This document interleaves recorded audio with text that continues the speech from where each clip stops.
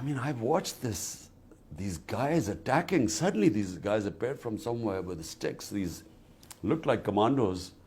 And I thought, they're here to defend me because, my life is at threat. So the judge had ordered that I have to be protected. So I thought they'd come to defend me. And I thought, God, looks like there's some terrorist in the room. And then I discovered it was me they were after. So it was shocking, really, the way they beat up everyone, and then they took me like some sort of a terrorist. I had no access to information, so I had no idea what was going on outside once they abducted me. You describe it as an abduction. Who do you blame? It was the army which abducted me.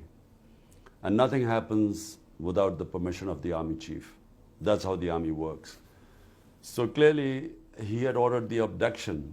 We are hearing from the military and the government that the security concerns around you and the threat and risk has been so high that this was the only option, that you forced their hand.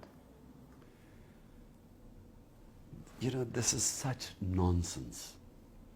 First, they attacked my house for 24 hours. They wanted me to appear in a court in Islamabad, in a magistrate court. I had already agreed to attend. The law says that had I given them an surety bond that I would attend the court, they couldn't arrest me. They refused to take the surety bond. Attacked my house for 24 hours. We couldn't sit inside. There was so much tear gas shelling, and people had broken bones and stuff. So, look, they are on a plan. And what is the plan? The plan is they're petrified of elections. The gap between us and all the other parties is so huge now that they're petrified that they will be wiped out. So they have decided that the only way they'll allow elections is if I'm inside jail or killed. There are been two attempts on me.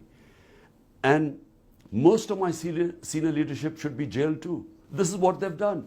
They've used this to put the entire leadership of PTI in jail. What will you do if you're rearrested? Because there is a very real threat with more than 100 charges against you that you could be. Well, on the last count, it was 148, so I'm reaching my century and a half. And they're all, bizarre charges like sedition, serious charges? That I've corruption, treachery against contempt of court. The corruption case on what was the corruption case? What is your strategy if you are rearrested? Well, no strategy. I'm mentally prepared to go into jail. As I said before leaving for Islamabad, I said I'm prepared. But the point is that their intention is not because I've broken some law. The intention is that they want me out of the electoral race. This is the election year. How do you lead with so much of your party in jail? Well, the remnants I gathered today, and I've had a meeting with them, and we're trying to chalk out a strategy. I'm going to go out in public and start my mass contact from Wednesday onwards. So, we will carry on, hoping that the Supreme Court will announce an election date in 3 weeks' time. Can you reassure voters that you're even going to be around for it, let alone your leadership, the rest of your party? Look, what might happen, God alone knows what might happen. I'm lucky to be alive. No one thought I would survive yesterday because they had already got police contingent from another province that the moment I had got bail from these cases, the police was ready to take me in jail on another case. But the judges stood up. And this is what has shocked the military establishment.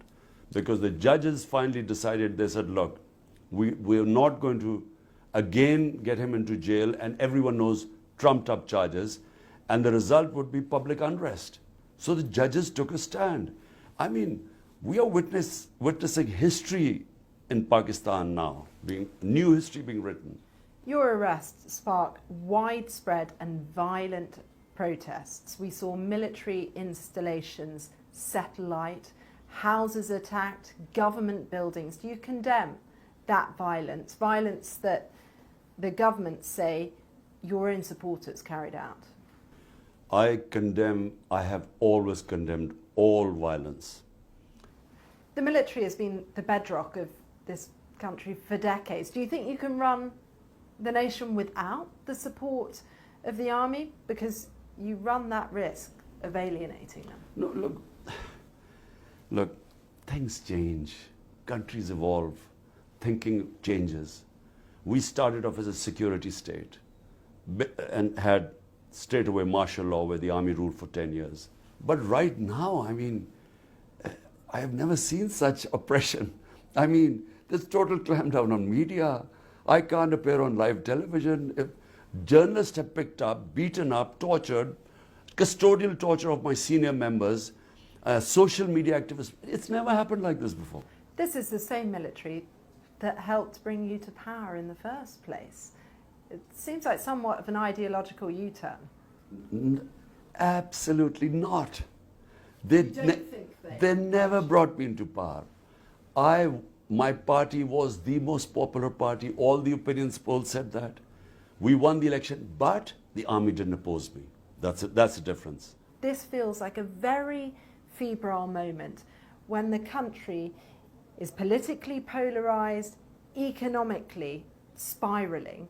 Voters want to see some hope. How are you going to cool things down and reassure them that politics is even worth voting for right now? This is the election year. Elections are supposed to be held this year. If you want the solution to Pakistan's problems, they are elections. Hold free and fair elections. Let the people decide who they want to give the mandate, and Pakistan will stabilize. Problem is that they're all worried. The entire 12-party coalition is petrified, along with the military establishment, that my party will sweep the elections, because out of 37 by-elections, we have swept 30 of them. So because they're worried, they're trying to delay the elections. That's all. So all we want is free and fair elections. Do you have faith in the judiciary? And where do you think democracy in Pakistan is right now? Well, the democracy in Pakistan has never taken such a battering as it has right now. I mean, all our fundamental rights are violated. This sort of thing has never happened. No political figure has ever had 150 cases, and then his house raided. Once they attacked for 24 hours, then when I was away, they threw an armored car, they broke through my door, raided my house. My wife was all alone by herself. It's never happened before. So democracy is an all-time low. The only hope we have is the judiciary.